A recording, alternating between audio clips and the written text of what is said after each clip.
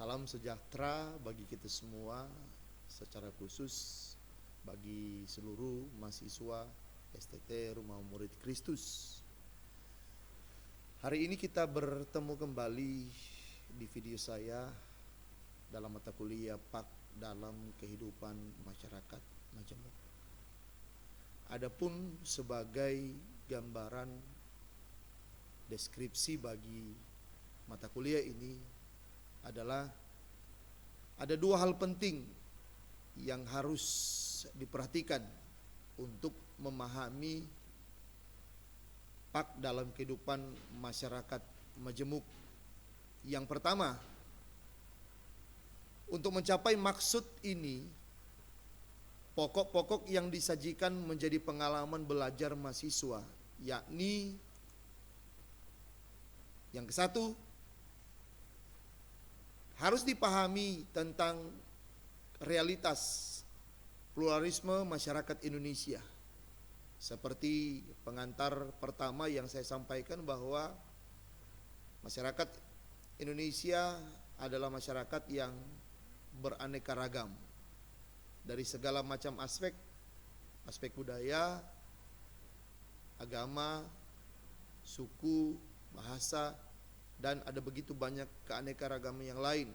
Sehingga dalam memahami PAK dalam kehidupan masyarakat Majemuk, maka ada pencapaian-pencapaian yang harus diperhatikan, di mana ini menjadi pengalaman belajar mahasiswa, yaitu hal yang pertama, kenyataan daripada pluralisme masyarakat Indonesia. Yang kedua, dasar hukum dan teologis PAK dalam masyarakat Majemuk. Sementara yang ketiga, prinsip-prinsip PAK dalam kehidupan masyarakat Majemuk. Nah, tiga hal penting ini yang akan membuat pencapaian dalam maksud pokok-pokok yang disajikan menjadi pengalaman belajar para mahasiswa yang ada di STT Rumah Murid Kristus.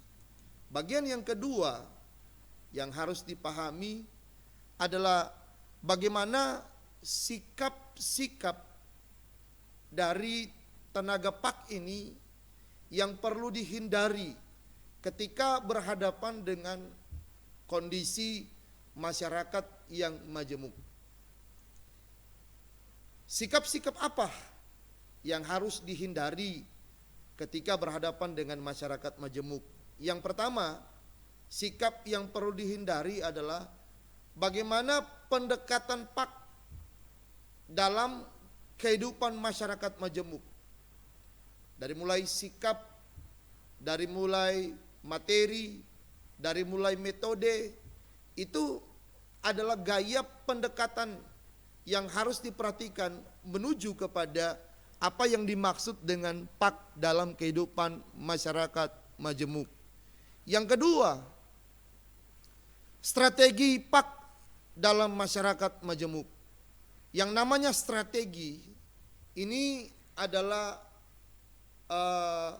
bagian daripada hal yang terpenting dari sekian hal yang penting di dalam proses pembelajaran yang ada.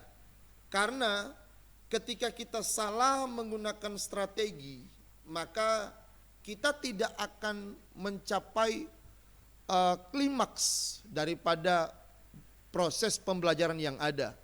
Sehingga sikap-sikap yang perlu dihindari dalam masyarakat majemuk adalah bagaimana strategi PAK dalam masyarakat majemuk. Yang ketiga, model PAK yang multikultur atau PAK yang Indonesiawi.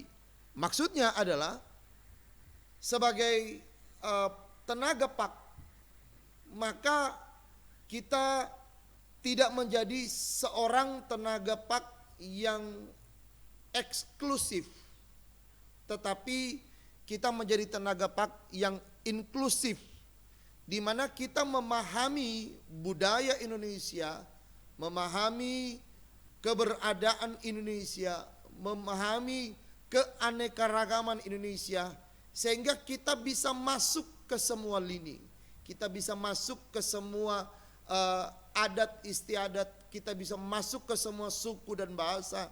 Karena apa?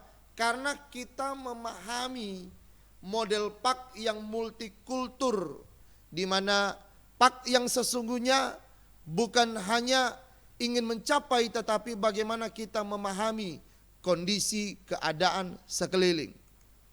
Nah, bagian yang kedua, model dan manfaat daripada proses pembelajaran di mata kuliah ini. Yang pertama, ada berbagai model pembelajaran yang dapat diterapkan di mata kuliah ini atau dalam proses pembelajaran di sebuah mata kuliah yang diadakan di perguruan tinggi manapun. Dan dari sekian model yang saudara ketahui, nah, mata kuliah PAK dalam masyarakat majemuk ini kita akan menyelenggarakan dengan menggunakan pendekatan berbasis KBK dan KKNI. Apa itu? Ini yaitu diskusi kelompok dalam nuansa kolokium serta cooperative learning.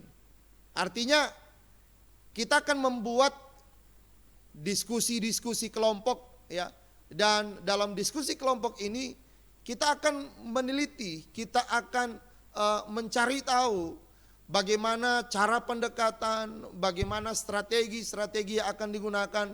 Dan ini bagian daripada model serta manfaat pembelajaran. Yang kedua, pemilihan model pembelajaran ini berdasarkan paradigma pembelajaran berbasis peserta didik. Dengan kata lain, upaya dalam pembelajaran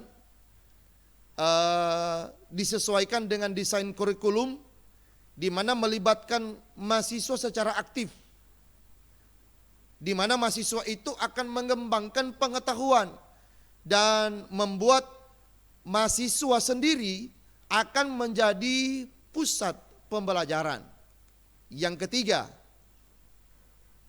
kenapa kita menggunakan model cooperative learning? Karena mata kuliah ini mengharuskan mahasiswa, mereka akan membahas, mereka akan menyimpulkan setiap materi dalam konteks PAK dalam masyarakat majemuk. Dengan kata lain, ketika model cooperative learning ini diskusi kelompok, diskusi beberapa individu daripada mahasiswa, maka dalam diskusi ini akan terjadi pembahasan-pembahasan yang penting, serta dari pembahasan yang penting terjadi analisa dan sebagainya, serta dapat menyimpulkan materi-materi yang akan kita tempuh dalam PAK masyarakat majemuk yang ada.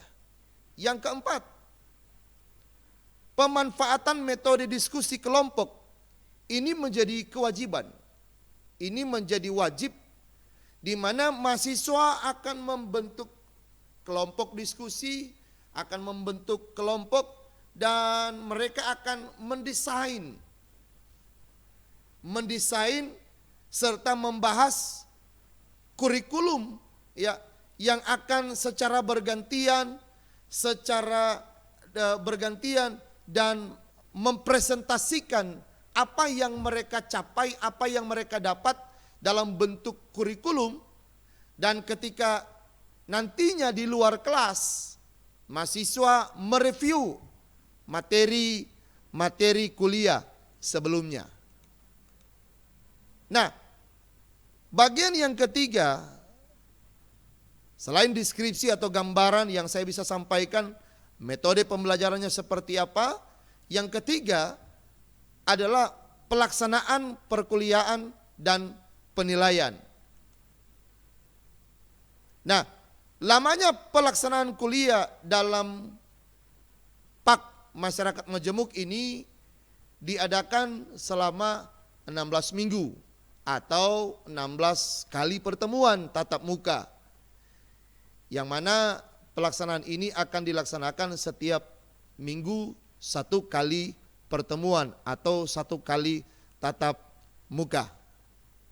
Nah, tahapan kuliah terdiri dari 8 pertemuan sebelum ujian tengah semester dan 8 ujian pertemuan sesudah ujian tengah semester. Jadi penilaian atau evaluasi terhadap presentasi mahasiswa akan dilaksanakan dalam 2 kali, yaitu melalui ujian tengah semester atau UTS, yang kedua melalui ujian akhir semester atau UAS. Nah, penilaian yang akan saya berikan kepada mahasiswa dalam bentuk nilai akhir adalah akumulasi dari semua nilai-nilai yang ada. Adapun nilai-nilai itu saya presentasikan di sini. Pertama, kehadiran daripada mahasiswa itu dapat dinilai menjadi 10%. Keaktifan di kelas 10%, tugas yang terstruktur 30%, ujian tengah semester 25%, dan ujian akhir semester 100%. Grade nilai yang dapat saya berikan, nilai A itu 80 sampai 100 poinnya. Nilai B 66 sampai 79,99. Nilai C 56,99. Sementara nilai D 46 sampai 55,99. Dan yang terakhir nilai E 0 sampai 49,99. Nah, untuk nilai A, B, dan C itu dinyatakan lulus. Artinya tidak akan mengulang lagi. Sementara untuk nilai D dan E itu dinyatakan tidak lulus atau wajib mengulang.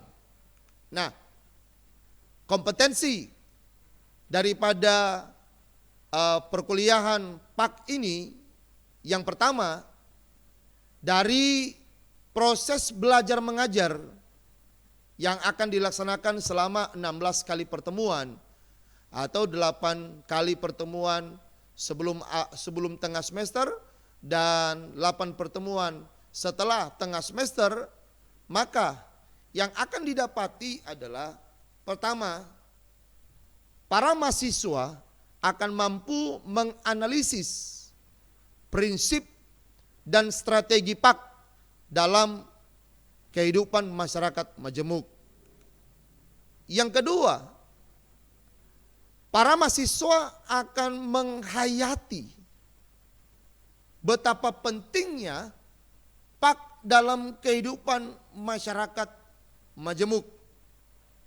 Sementara yang ketiga, para mahasiswa dengan mengadakan proses belajar mengajar yang ada di mata kuliah ini, maka para mahasiswa akan mempunyai kemampuan bagaimana mengembangkan model PAK yang multikultur, yang inklusif. Jadi kompetensi yang akan kita dapatkan daripada perkuliahan ini, mahasiswa mampu menganalisa prinsip strategi PAK, mahasiswa mampu menghayati pentingnya PAK dalam kehidupan masyarakat majemuk, serta mahasiswa dapat mengembangkan model PAK yang multikultur, yang inklusif. Karena harus dipahami, ya, harus dipahami bahwa dengan terjadinya begitu banyak perubahan dalam kehidupan bangsa kita, maka berubah pula, ya, strategi-strategi yang dapat digunakan, ya, untuk mencapai apa yang dimaksud daripada PAK dalam kehidupan masyarakat majemuk. Nah, untuk para mahasiswa, tugas yang dapat saya berikan hari ini untuk dapat dikerjakan, tugasnya adalah para mahasiswa harus mencari isu-isu mengenai strategi PAK dalam masyarakat majemuk di tengah keberadaan bangsa kita, baik dari segi budaya, adat istiadat, dan agama atau kepercayaan. Jadi sekali lagi, tugas yang dapat saya bagikan kepada mahasiswa yang ada pada hari ini adalah saudara harus mencari isu-isu penting mengenai strategi PAK dalam masyarakat majemuk di tengah keberadaan segi budaya, adat istiadat, agama, atau kepercayaan. Maksudnya begini, saya berikan contoh sedikit bahwa ketika saudara masuk di satu tempat, ya, dan budaya mereka berbeda dengan budaya kita, maka kita harus melihat kenapa ini. Itu sebabnya saya angkat sebagai tugas hari ini mencari isu-isu mengenai strategi PAK dalam kehidupan masyarakat majemuk di tengah keberadaan bangsa kita dari segi budaya, adat istiadat, segi agama atau kepercayaan. Tuhan memberkati. Shalom.